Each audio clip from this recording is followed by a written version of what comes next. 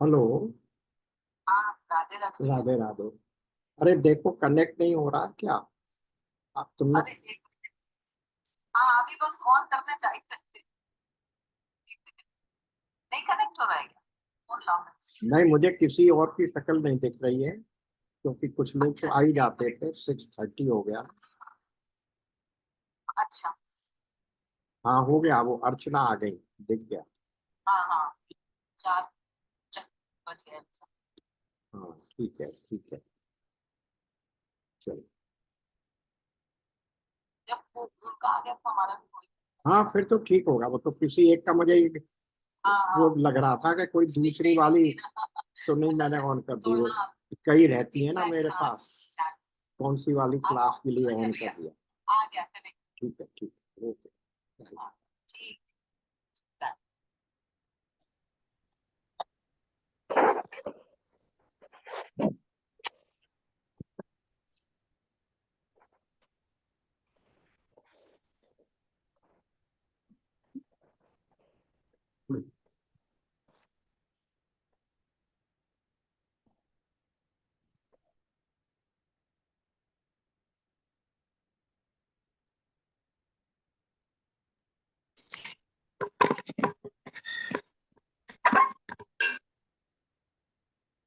नारायण नारायण। नारायण नारायण।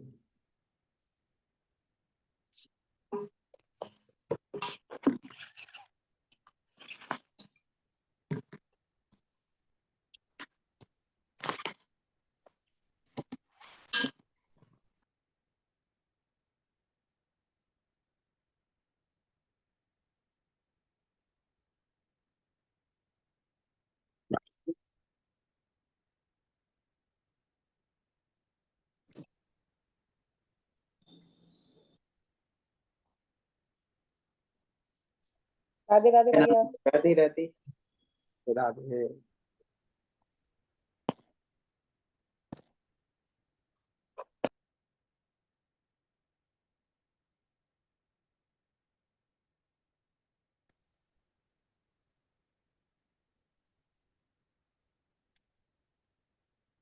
राधे राधे रमेश भाई। राधे राधे।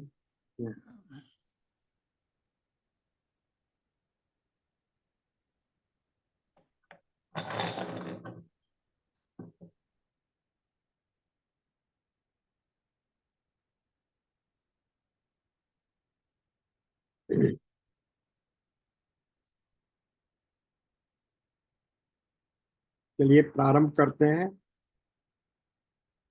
कृष्णाय वासुदेवाय हरये परमात्मने प्रणतक्लेशनाशाय गोविंदाय नमो नमः।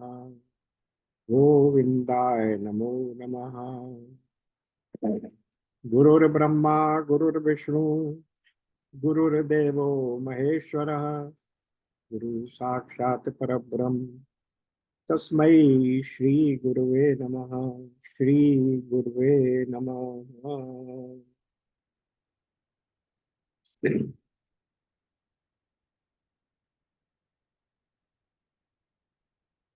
आज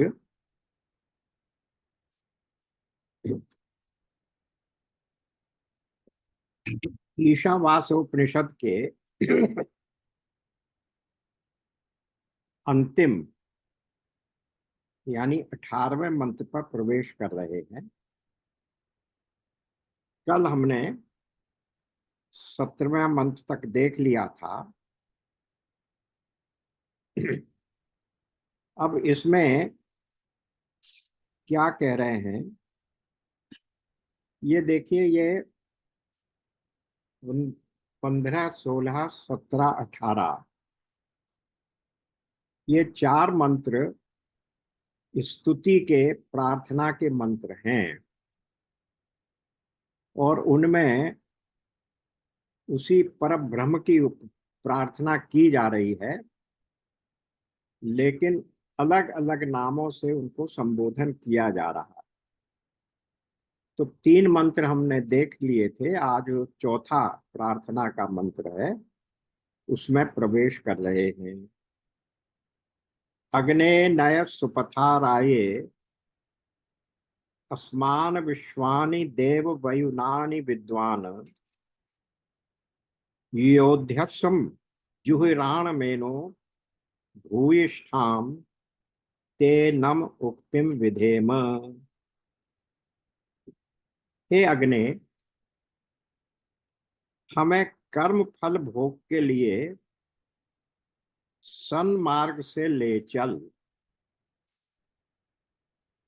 हे देव, तू समस्त ज्ञान और कर्मों को जानने वाला है। हमारे पाखंड पूर्ण पापों को नष्ट कर। हम तेरे लिए भूयिष्ठाम ते नम, तेरे लिए अनेकों बार नमस्कार करते हैं। अब ये देखिए कि यहाँ क्या कहा गया। अग्ने नय सुपथा राये। अग्नि, अग्नि हो गया अग्नि का संबोधन रूप।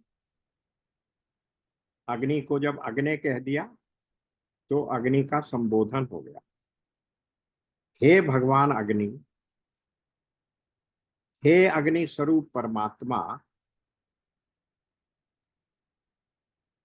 अब ये ध्यान रहे कि जब भी हम इस प्रकार से प्रतीकों की उपासना करते हैं तो वस्तुतः हम उसी परम ब्रह्म की ही उपासना करते हैं।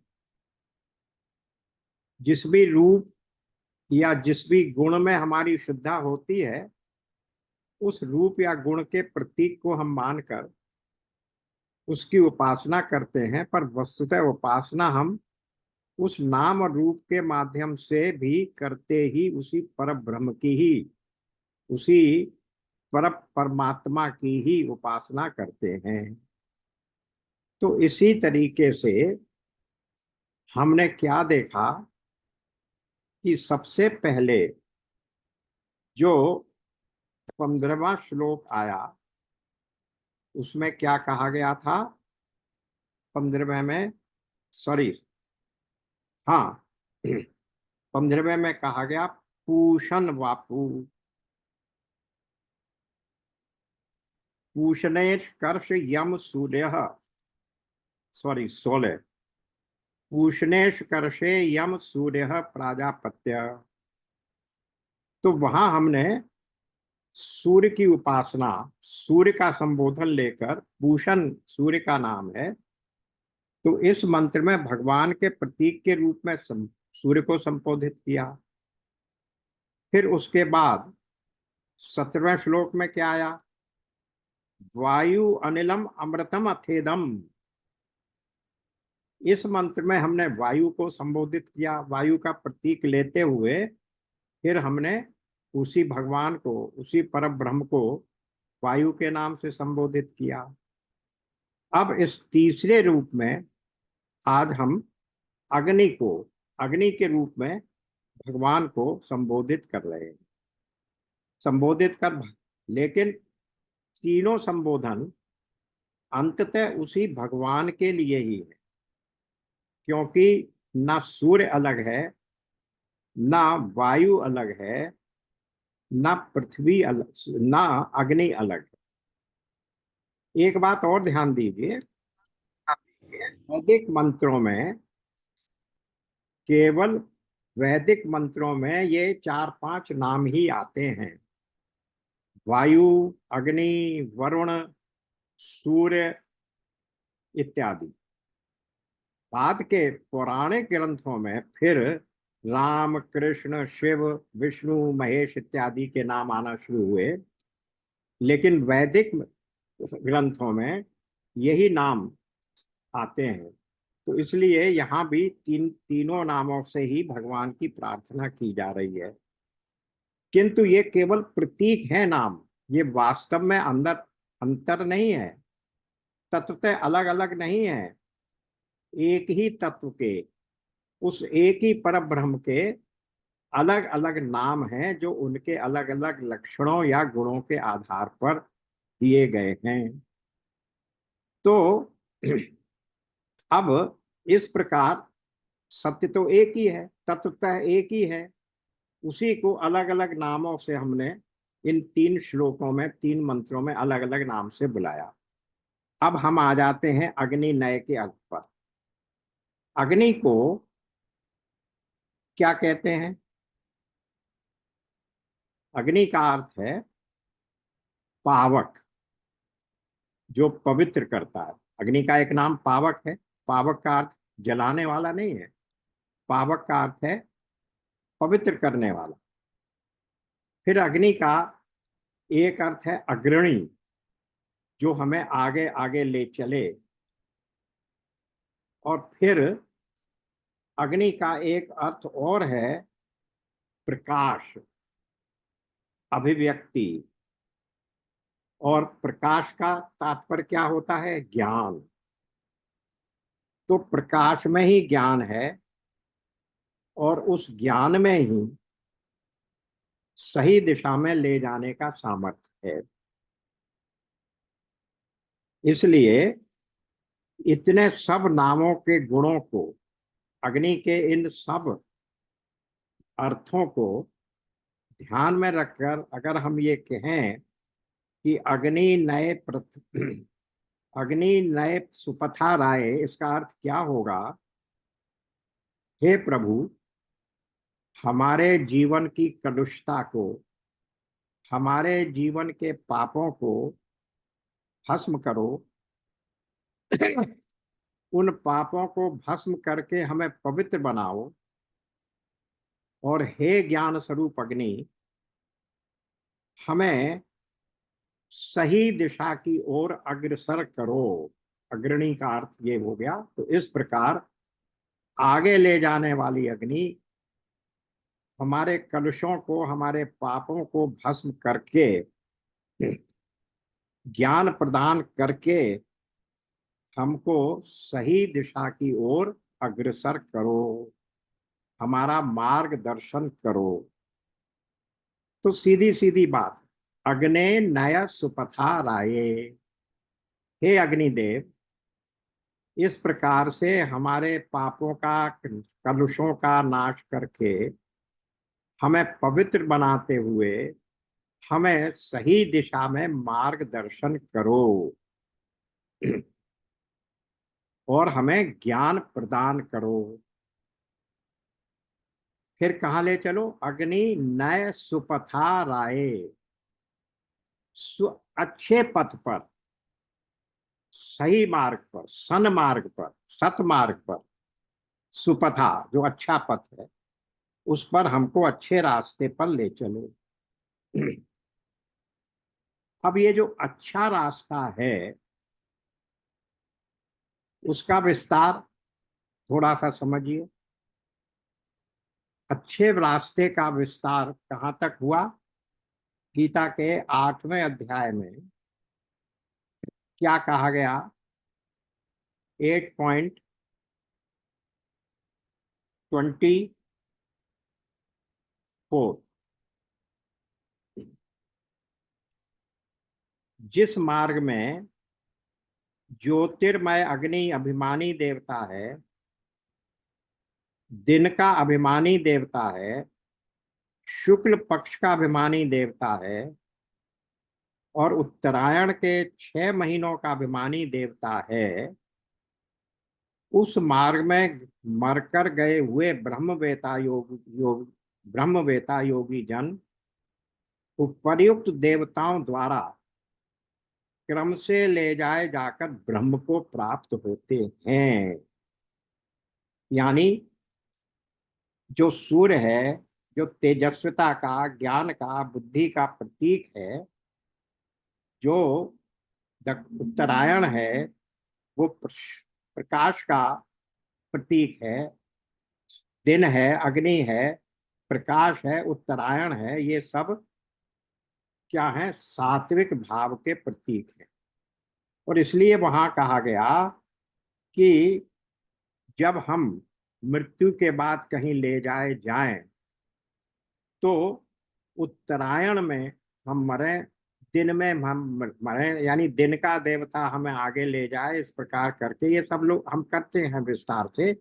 यहाँ केवल रेफरेंस के लिए बताया जा रहा है कि ये जो गीता के 8वें अध्याय में कहा गया वो किस लिए कहा गया कि ये जो सूर्य है, जो उत्तरायण का देवता है, अभिमानी देवता है, जो दिन है, प्रकाश है, वो सब क्या है?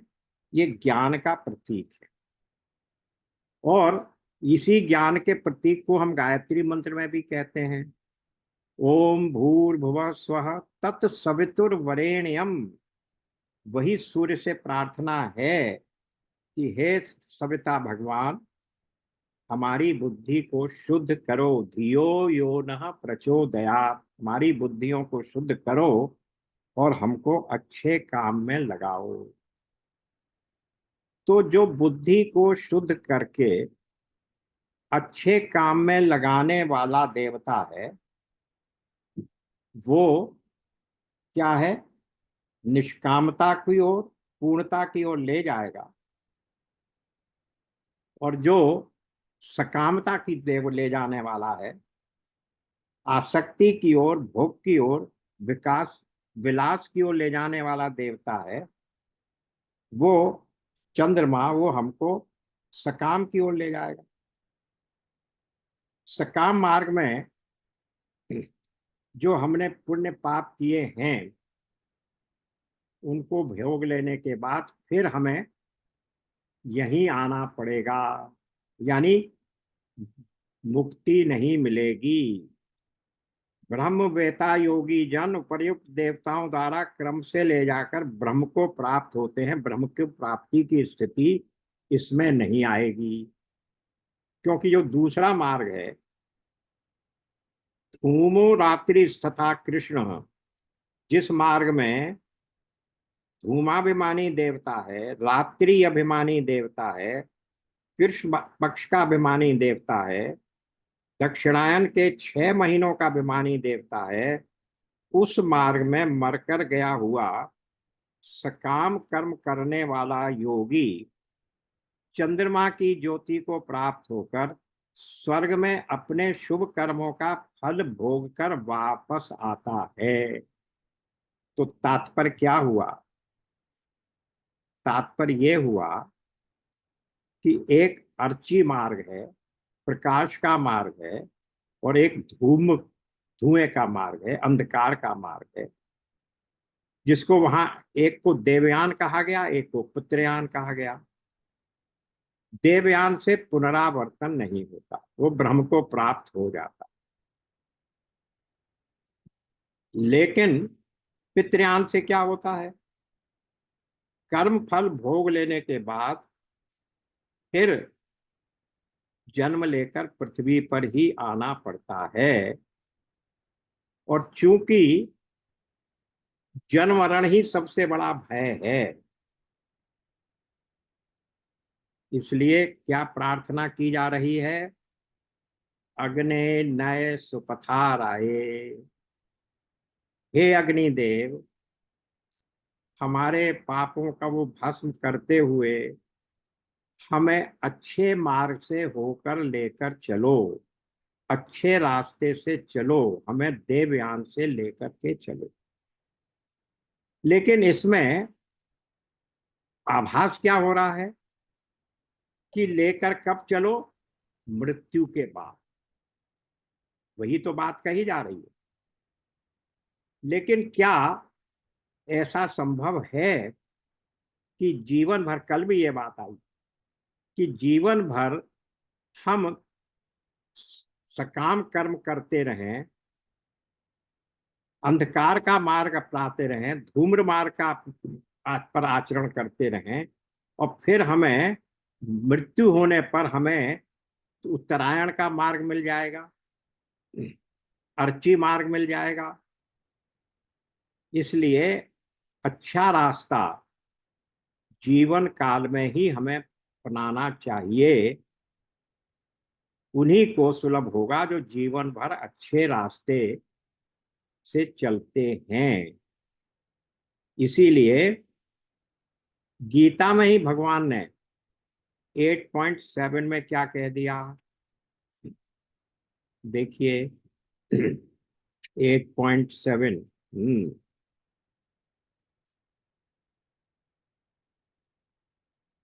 तस्मात् सर्वेषु कालेषु माम अनुस्मर युध्य च। इसलिए तू क्या कर, सर्वकाल में, हर समय, सर्वदा माम अनुस्मर, मुझे स्मरण करता है, और युद्ध भी कर, यानी जीवन संघर्ष भी करता रहे, लेकिन कब? मेरा नाम लेते हुए, मेरा स्मरण करते हुए, अच्छे रास्ते पर चलने के लिए पाप से, मन के विकारों से युद्ध करते रहो और मेरा नाम लेते रहो। तो अब प्रश्न ये आया कि सीधी बात, इतनी बात तो हो गई कि अच्छे मार्ग से चलना है, और भगवान से अग्नि के माध्यम से, अग्नि के रूप से संबोधन करते हुए हम कह रहे हैं कि हे अग्निदेव, हमें अच्छे रास्ते से ले चलो। अब अच्छे रास्ते से ले चलने का अर्थ क्या है? इस पर बाद में आएंगे, पहले श्लोक की और ऊपर की 2 लाइनें देख लेते हैं। अग्ने नय सुपथा राये, अस्मान विश्वानि देव वयुनानि विद्वान।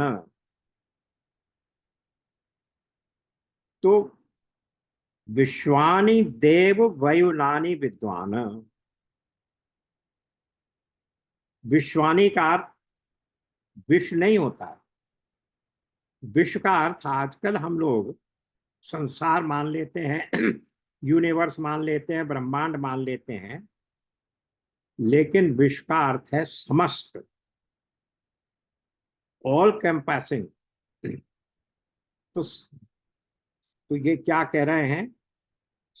समस्त विद्वान माने जाने वाले व्यक्ति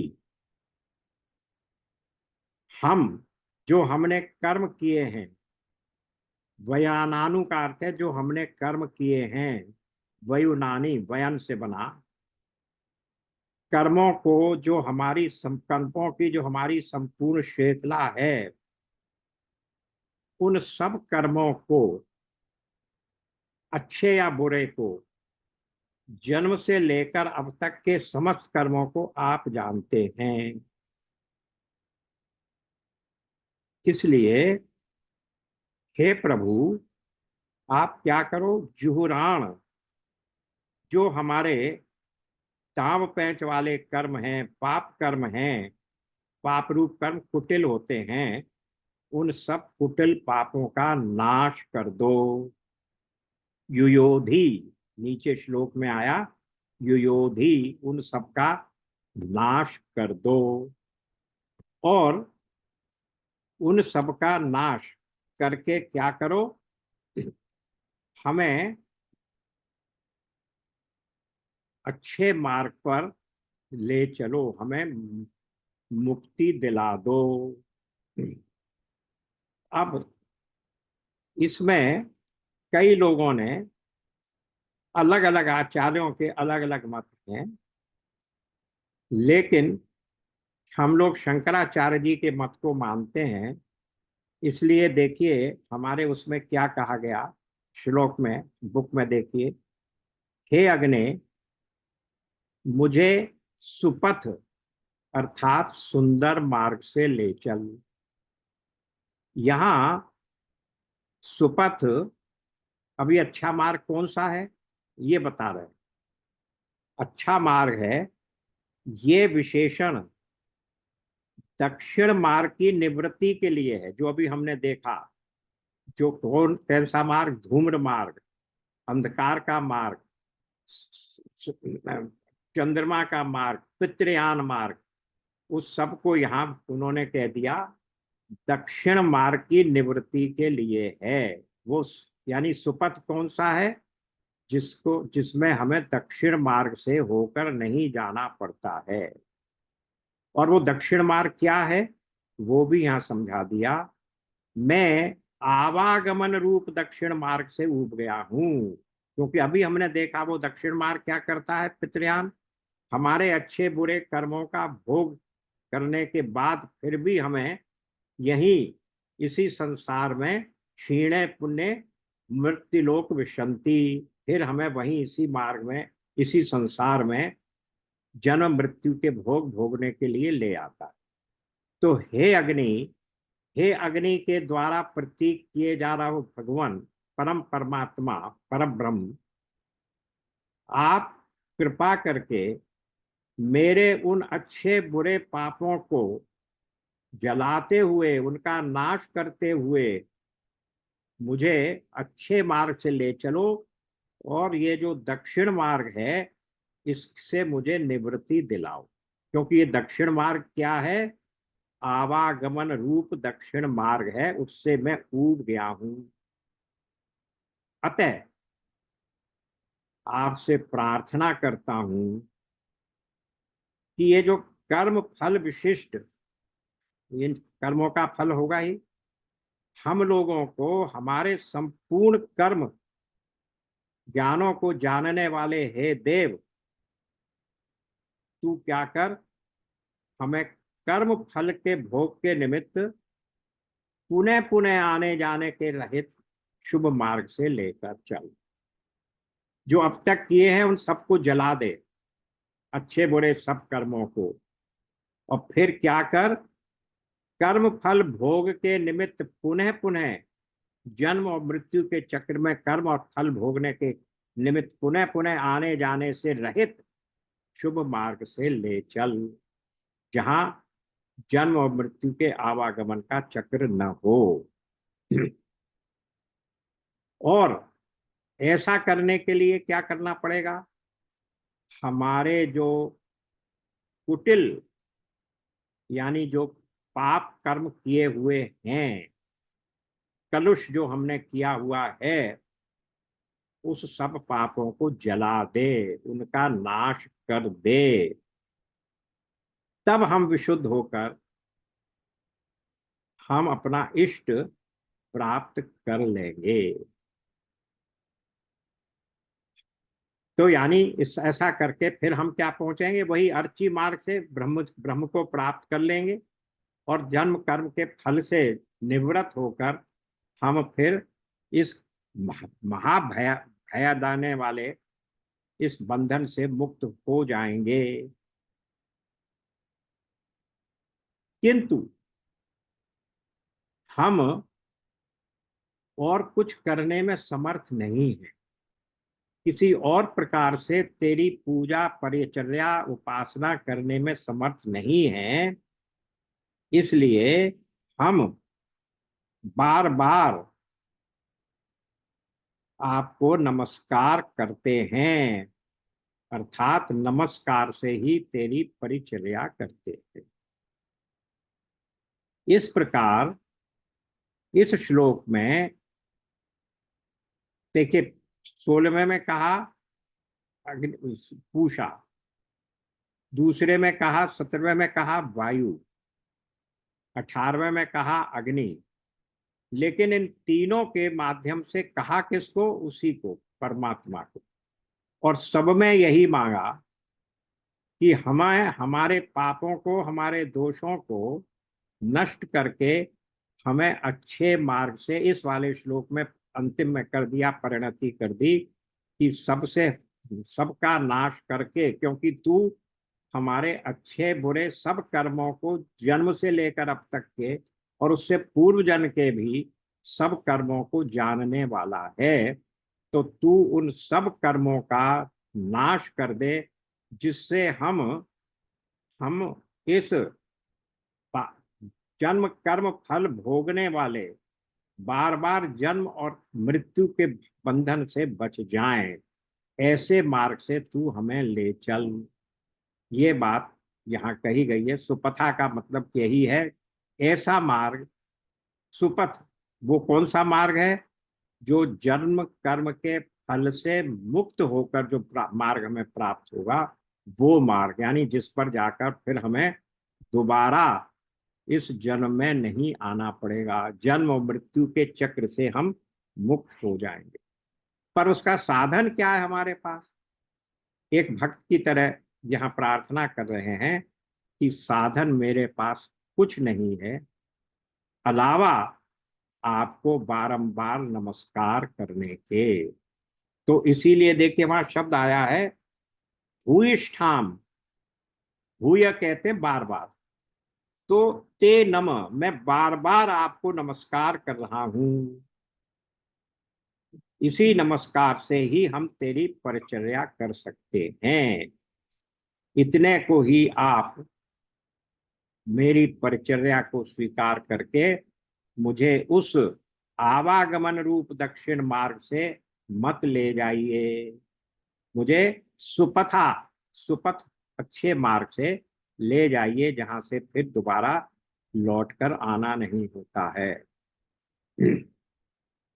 तो जहां से लौटकर नहीं आना होता है वही भगवान का मार्ग है। देखिए 12th में क्या कहा, यही तो कहा, सॉरी 15वें में, ये जहां से लौटकर, जहां लौटकर नहीं आना होता वही मेरा परमम धाम है। 15 में कहां पर कहा, देखिए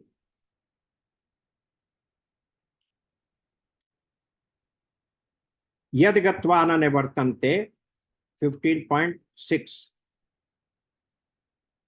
यद गत्वा न निवर्तन्ते तद्धाम परमम मम, जहां से जाकर लौटकर दोबारा आना नहीं होता है, जो पुनरावर्तित नहीं है, वो मेरा परम धाम है। और इस 18वें श्लोक के द्वारा, 18वें मंत्र के द्वारा साधक इसी बात की प्रार्थना कर रहा है कि प्रभु मेरे सारे दोषों को, पापों का वध करके, पापों का नाश करके मुझे उस मार्ग में ले जाइए, उस धाम में ले जाइए, यद गत्वा न निवर्तन्ते, वो जो आपका परम धाम है जहां पहुंचकर फिर लौटना नहीं होता, उस परम धाम में मुझे ले चलिए। और मेरे पास साधन कुछ है और है नहीं अलावा आपकी को नमस्कार करने के लिए। नमस्ते। अब ये नमः में भी देखिए क्या है, दो बातें हैं। सबसे बड़ी बात तो ये है नमन करना, अपने अहंकार का नाश। आप किसी को नमस्कार तब तक नहीं करेंगे जब तक आप में अहम रहेगा। तो जब नमः ते कहते हैं मैं आपको नमस्कार करता हूं, तो हम अपने अहम को खत्म करके उसके प्रति अपने से बड़ा मानकर उसके प्रति हम आदर और सम्मान प्रकट करते हैं। और दूसरा नमः से क्या होता है कि न मम, दूसरा अर्थ है न मम, ये जो कुछ भी है ये सब आपका ही है, मेरा नहीं है। जब यज्ञ में आहुतियां देते हैं तब भी यही मंत्र बोला जाता है। क्या कहते हैं कि ये इंद्र के लिए है और इंद्र स्वाहा न मम, मेरे लिए नहीं है। तो इस प्रकार मम का दोनों ही अर्थ है। नमम मेरा कुछ भी नहीं है, सब आप ही का है।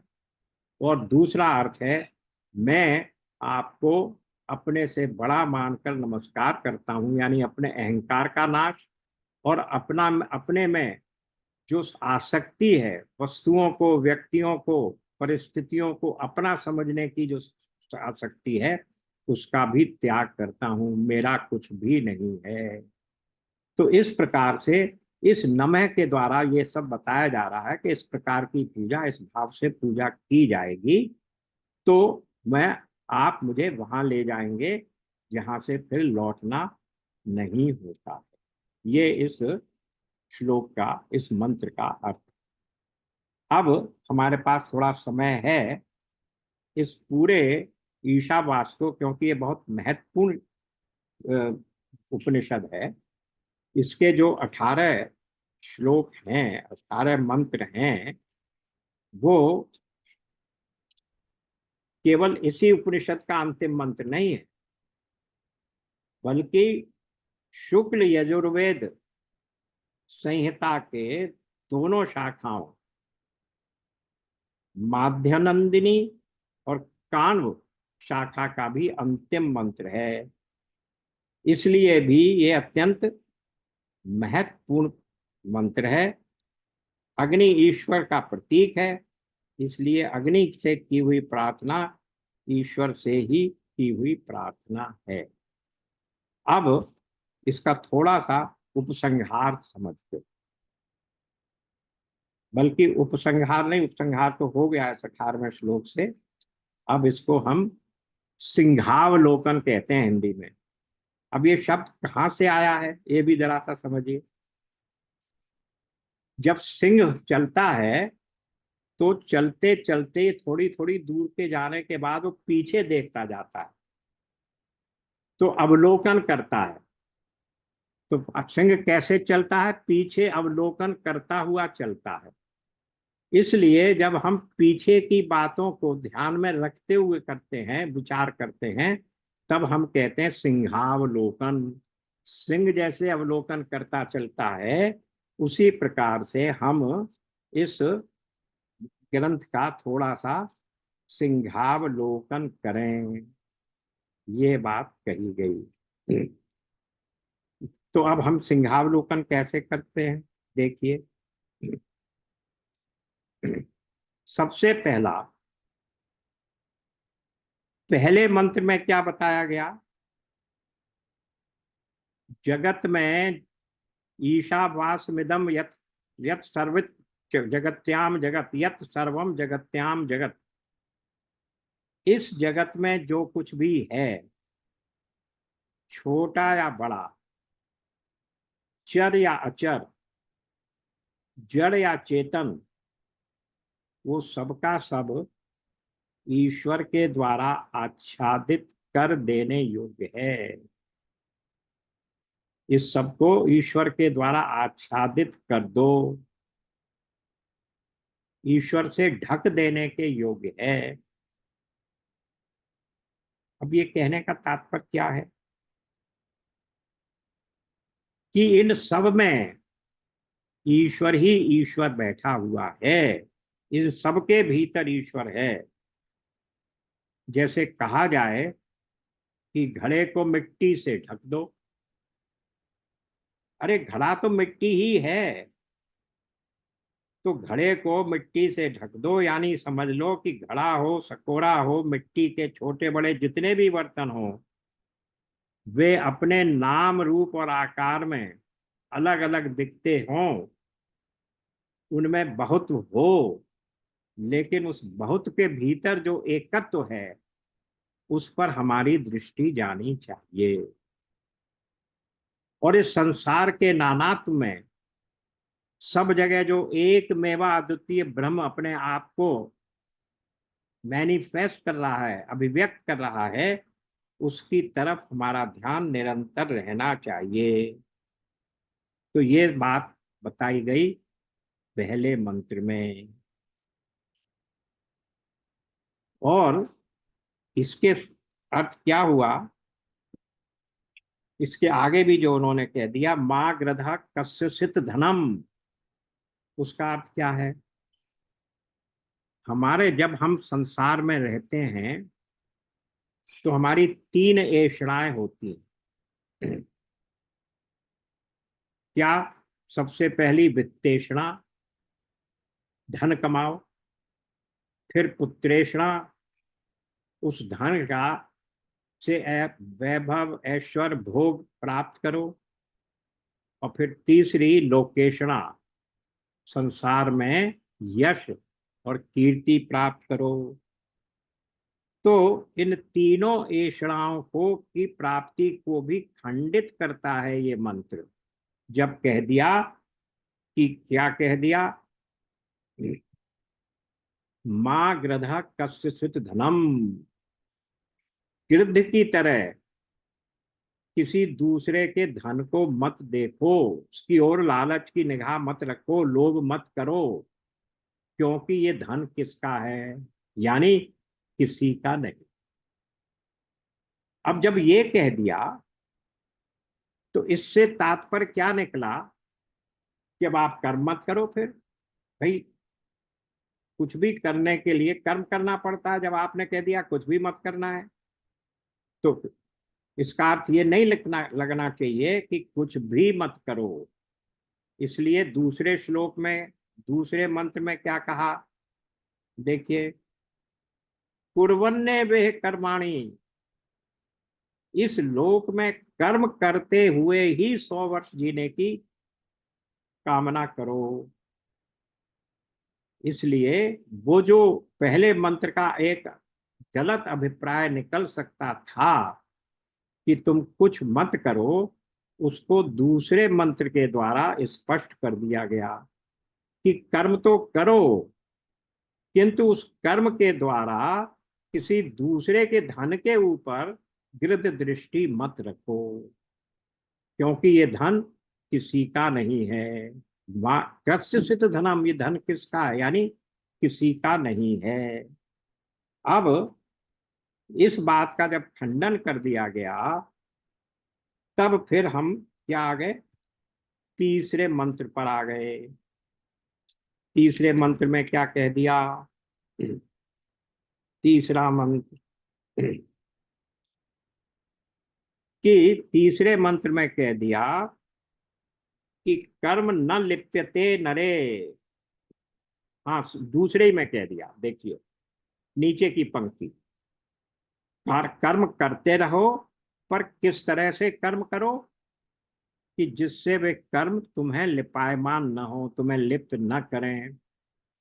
नहीं तो फिर उन कर्मों के भोग में पढ़कर तुम फिर नए कर्म करते जाओगे। फिर वो जो अभी 18वें मंत्र में जो हमने प्रार्थना की है कि उससे हमें मुक्त कर दो, वो प्रार्थना कहाँ रहेगी, उसका कभी भी पालन हो ही नहीं पाएगा। इसलिए आप कभी भी उस अर्ची मार्ग पर जा ही नहीं पाएंगे। इसलिए कर्म ऐसे करो कि जो आपको लिप्त न करें। यानी कर्म कैसे बांधता है। यहां कहा है कर्म न लिप्यते नरे, तो कर्म नहीं बांधता है, फिर क्या बांधता है। कर्म से प्राप्त होने वाले फल की लिप्सा, कर्म करने की आसक्ति, वो बांधता है। इसलिए कर्म को ऐसा करो कि वो लिप्त करने वाला न हो। अब फिर हम आ गए तीसरे श्लोक पर। तीसरा श्लोक क्या कह रहा है। असुर्या नाम ते लोका अंधेन तमसा वृता, ये असुर संबंधी लोग आत्मा के अदर्शन रूप अज्ञान से आच्छादित हैं। जो कोई भी आत्मा का हनन करने वाले लोग हैं, वे मरने के अनंतर उन्हें प्राप्त होते हैं। ये बात बहुत विस्तार से हम लोगों ने की थी कि आत्मा का तो हनन हो नहीं सकता, तो फिर ये भगवान किसकी बात कर रहे हैं, कैसे आत्मा के हनन की बात कर रहे हैं। तो वो कह रहे हैं कि जो लोग इस मनुष्य जीवन को प्राप्त करके बड़े भाग मानुष तन पावा, और ये जन्म क्या है, मोक्ष, मोक्ष धाम, ये जो शरीर है ये मोक्ष का धाम है, उसको प्राप्त करके तुम मोक्ष के लिए प्रयत्न नहीं कर रहे हो, केवल आसक्तियों को, कामनाओं की पूर्ति करने के लिए अविद्या से प्रभावित होकर अविद्या कामना कर्म, उन कर्मों को कर रहे हो, तो फिर तुम इसका मतलब क्या कर रहे हो कि अपनी उस आत्मा का हनन कर रहे हो। वो उस आत्मा को जो ये मानव शरीर जो मिला, जो साधन धाम मोक्ष कर द्वारा, वो जो साधन था, उस साधन का तुम दुरुपयोग कर रहे हो इस शरीर का, और ऐसा करके तुम आत्मा का ही हनन कर रहे हो। जैसा वहां उदाहरण दिया गया था कि सोने को आप पीतल के भाव बेच दें, तो आपने सोने का हनन कर दिया। किसी महापुरुष के आने पर आप उसकी ओर मुंह उठाकर भी न देखें, तो उसको आपने इतना अपमान किया कि उसके लिए वो मृत्यु संबंध तरीके से हो गया। इसी प्रकार इस आत्मा को प्राप्त करके, इस मनुष्य शरीर में प्राप्त करके भी तुम यदि उस मनुष्य शरीर से मुक्ति पाकर आत्मा को भगवान से नहीं मिलाते, आत्म ऐक्य बोध का प्रयत्न नहीं करते, तो मानो तुम आत्मा का ही हनन कर रहे हो।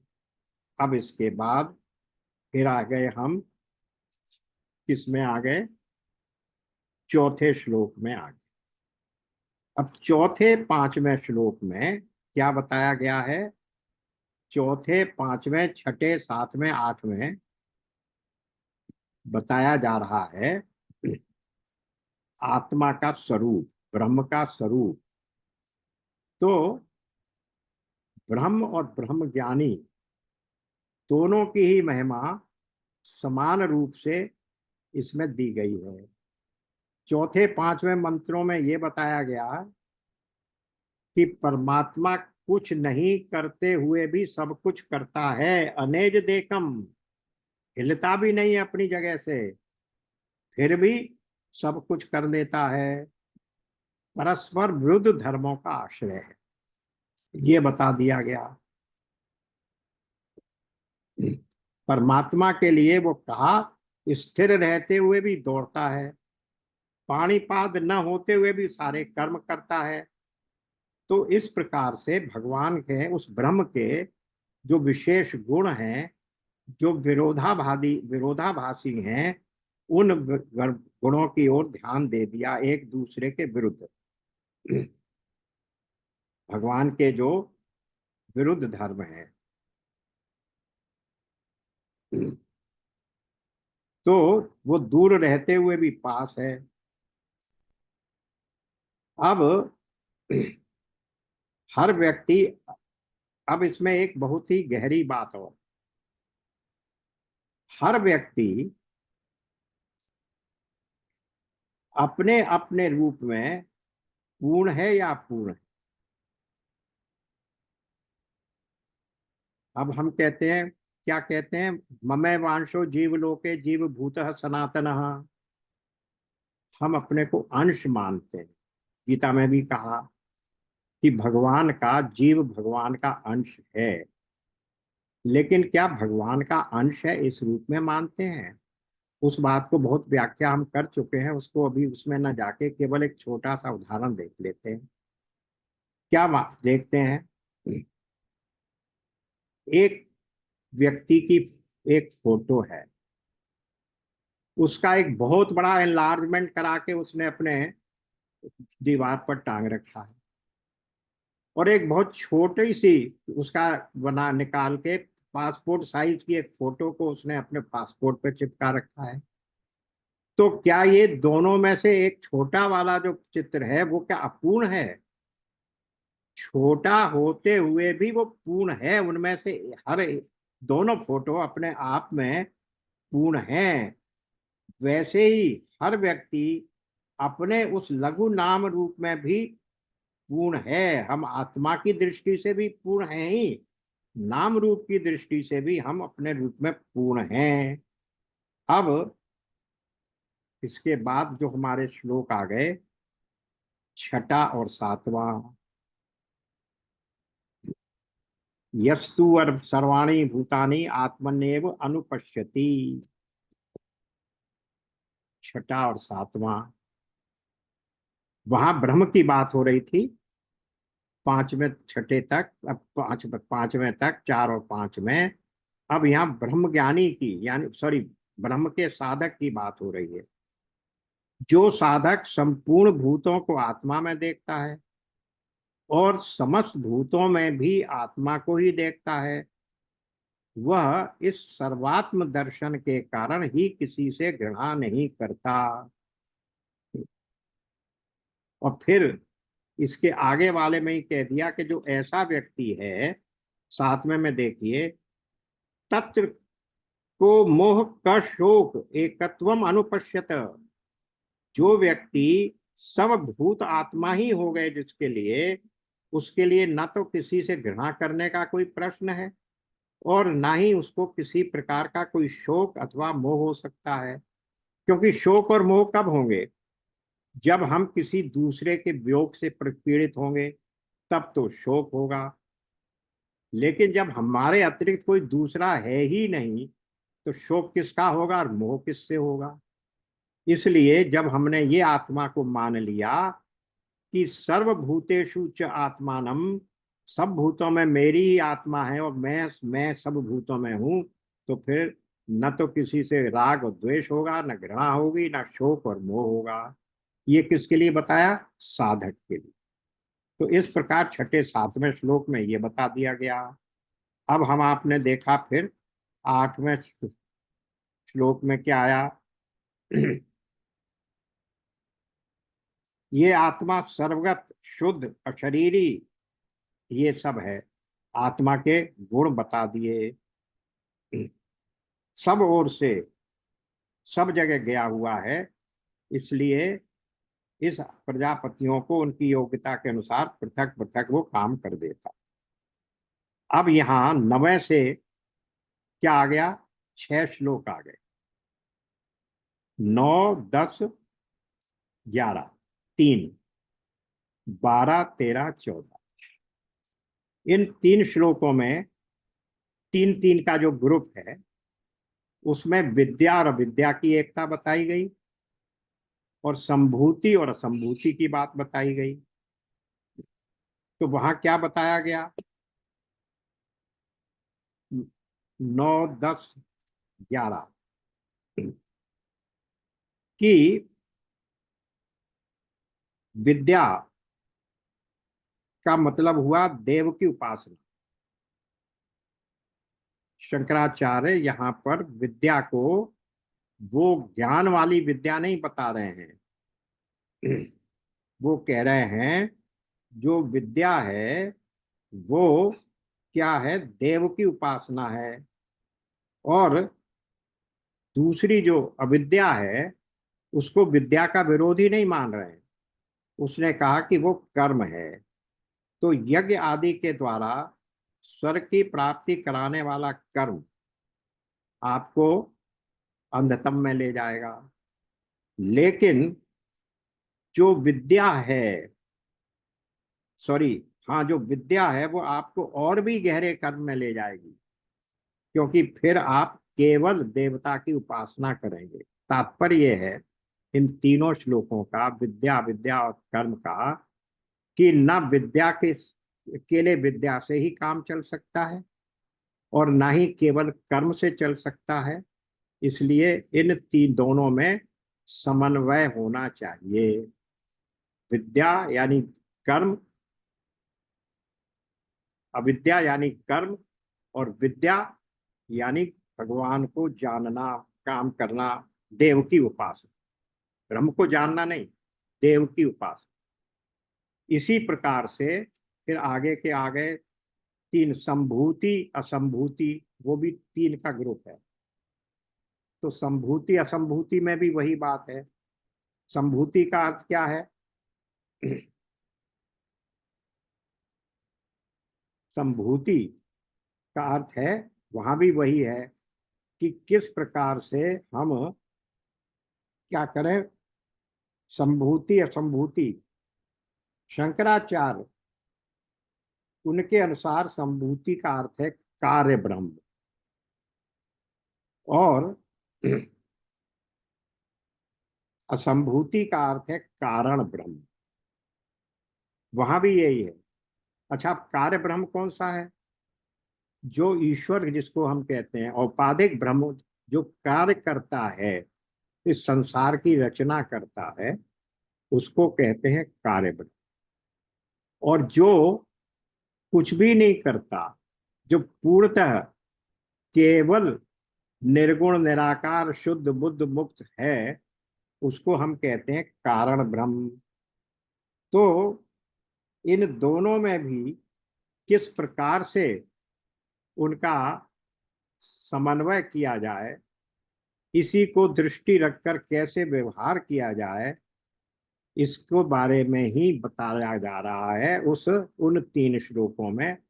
इन दो में संभूति से क्या होगा? केवल संभूति, केवल कारण ब्रह्म को करेंगे तो कुछ कर नहीं पाएंगे, केवल कार्य ब्रह्म को करेंगे तो फिर आप कुछ और प्राप्त नहीं कर पाएंगे, कार्य में ही लगे रह जाएंगे।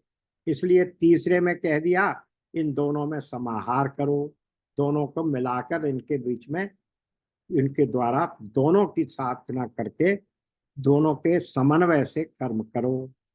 तो इस प्रकार विद्या अविद्या, संभूति असंभूति का ये जो तीन तीन का ग्रुप था, उसके बारे में कहा समन्वयात्मक दृष्टिकोण अपनाओ। अब क्या हो गया?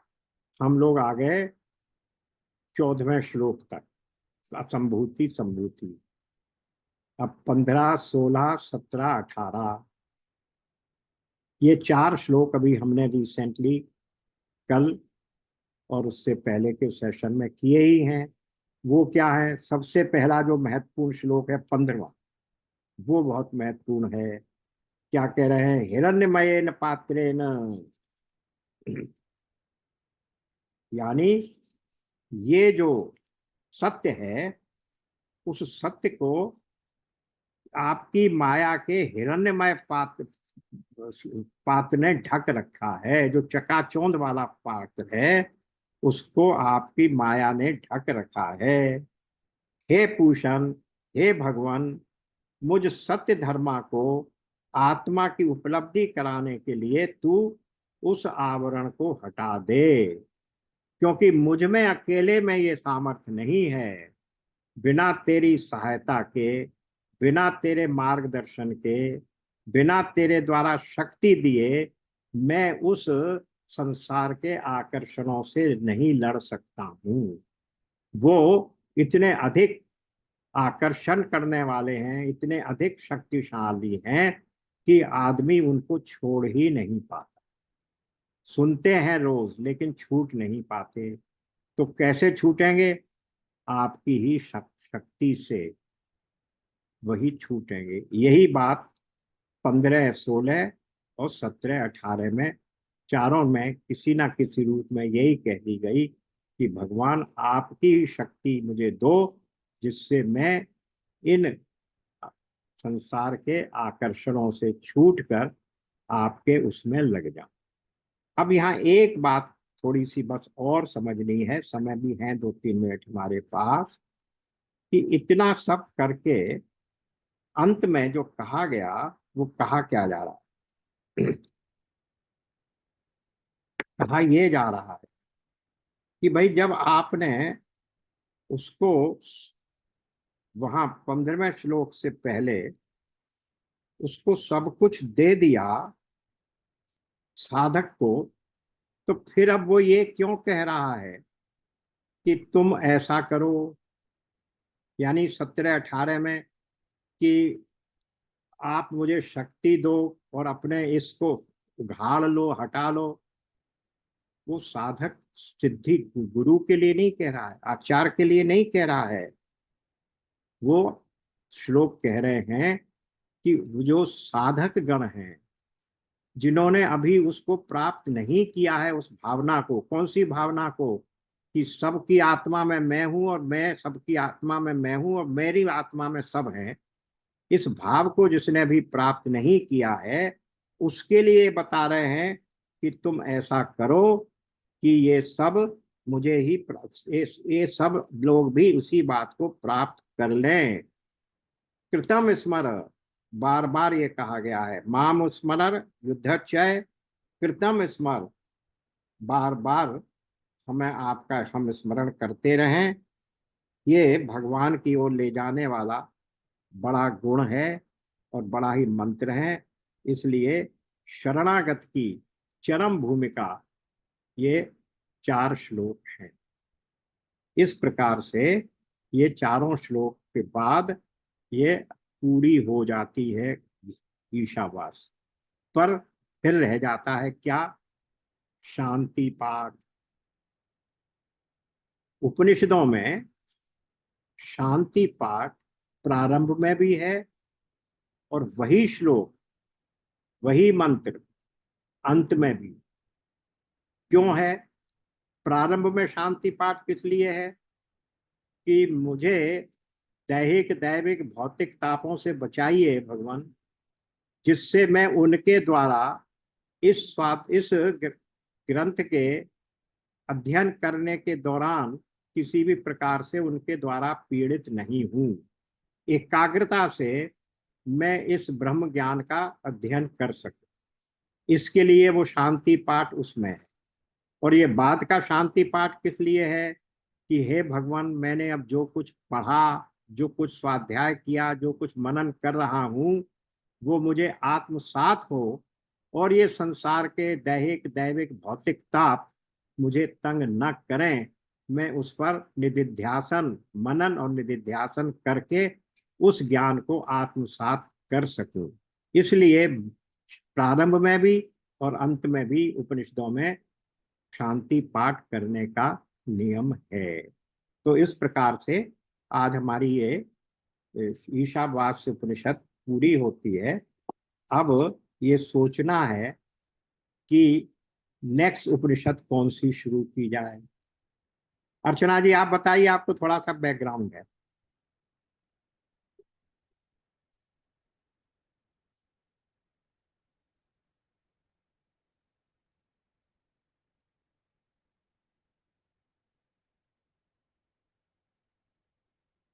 अनम्यूट करिए अपने आप।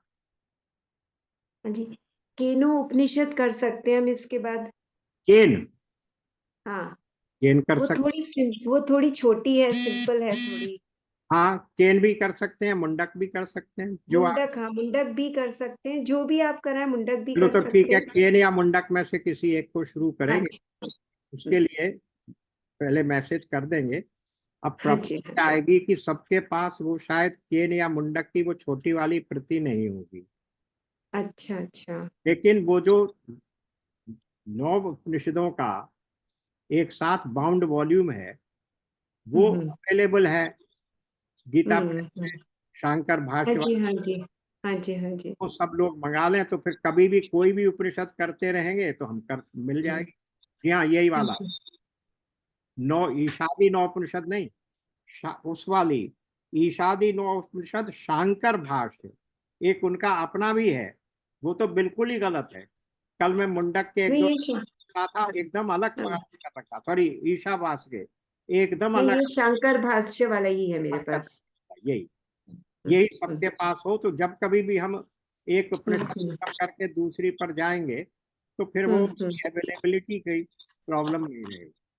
तो अब केन और मुंडक में से किसी को भी मैं देख लेता हूँ जो सरल भी हो और छोटी भी, वो हम हाँ लोग। जी हाँ जी।